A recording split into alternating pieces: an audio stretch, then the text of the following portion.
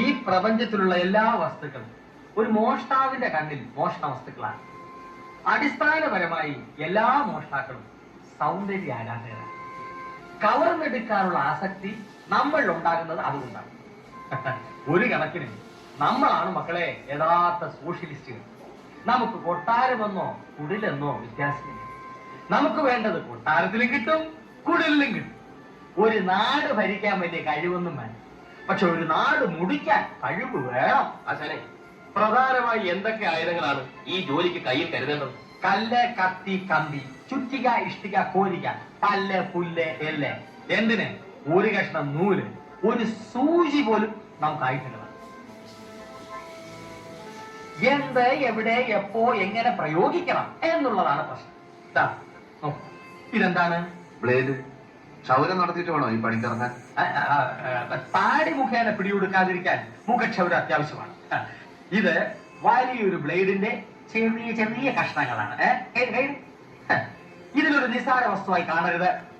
ലക്ഷം രൂപ സൂക്ഷിച്ചു വെച്ചിട്ടുള്ള ഒരു തുകൽ സഞ്ചി അറുത്ത് കീറാൻ ഇവനൊരു കഷ്ണം മതി.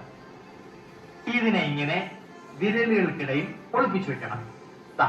കണ്ട, ഒരേ ഒരു തലോടൽ, സംഗതി ക്ലീൻ. നിരന്തരമായ പരിശീലനം ഇതിനാവശ്യമാണ്.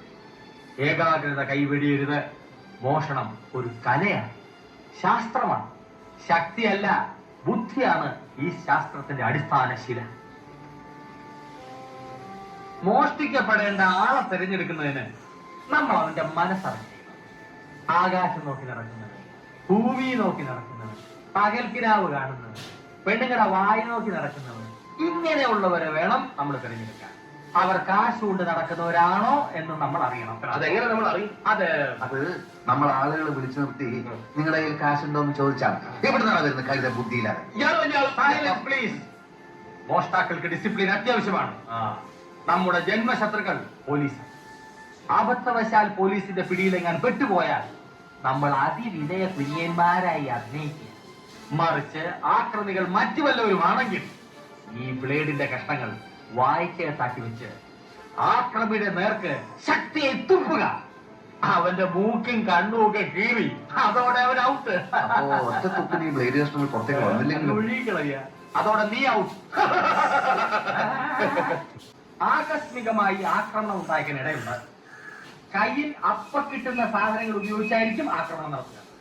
ഏത് തരം ആക്രമണം ഉണ്ടായാലും അതിൽ നിന്നും ഒഴിഞ്ഞു മാറി സ്വന്തം തടി രക്ഷിക്കാൻ നമ്മൾ ബാധ്യസ്ഥരാണ്. അടിച്ചോളൂ, ഞാൻ ഒഴിഞ്ഞു മാറി കാണിച്ചു തരാം. അതേമാകട്ടെ, പരാക്രമത്തോടും കൂടി ആക്രമിക്കണം.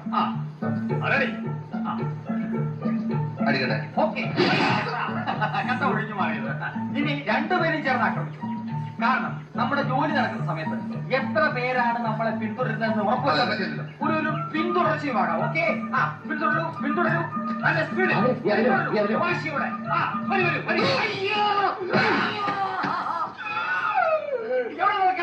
അല്ല ആശ ഒഴിഞ്ഞു മാറുന്നു. ചെറിയൊരു ഗ്രാമമായതുകൊണ്ട് മോഷണത്തിനുള്ള സാധ്യത വളരെ കുറവാണ്. എങ്കിലും ഉള്ള സൗകര്യങ്ങളൊക്കെ അവർ തികച്ചും പ്രയോജനപ്പെടുത്തി വന്നു. അരുമ ശിഷ്യന്മാരെ, നിങ്ങളെ വിശ്വസിച്ച് ഒരു താഴോട്ട് വരികയാണ്. കൈവിടരുത്. തങ്കപ്പ, അരിയും പച്ചസര അടിച്ചു മാറ്റണം. ഒരു പരമത്തിനൊരു മേശ ഊരിക്കൊണ്ടാക്കാം. എന്തുവാണ് സ്റ്റേഷനറി? പഞ്ചസാര ഇവിടെ തിങ്ങി വാ. തങ്കപ്പ, ചാക്കൻ ജോലി വാ.